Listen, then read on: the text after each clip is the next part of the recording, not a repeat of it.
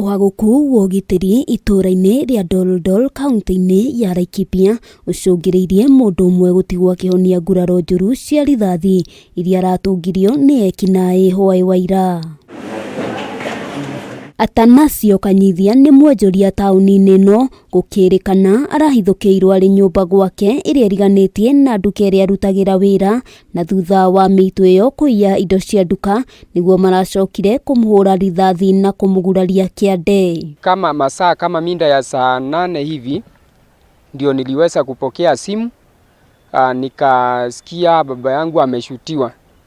Na hapo niliweza kuchukua safari, nikakuja, nikatafuta mbinu, nikakuja hapa Nanyuki General, na kwa kweli nimekuta vile iko sikuamini. Kuringana na aikari kwa ihinda ria ciumia igĩrĩ tharĩkĩra ta ici nĩ ikoretwo ikihanika na gukinyiria riu nduka 6 nicio ituĩtwo na ene cio magatigwo na nguraro njũru cia rithathi. Duka nyingi ambao zimeibiwa sasa, wengi ni wajane na wazee ambayo wanajitafutia riziki ambayo tunawaita hustlers. Wanaangalia, wanaona kweli hakuna mtu anatupigia hata risasi.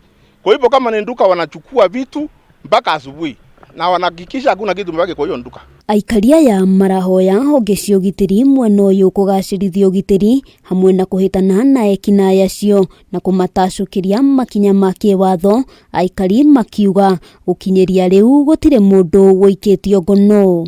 Kuna maskari wachache walikuja ambaye walitumia ngari ya Probox. Kuna mama mmoja alijitolea kabisa, huyu tunatoa shukrani kwake, na askari wawili walijitokesha wakakuja mpaka wakatusaidia kidogo.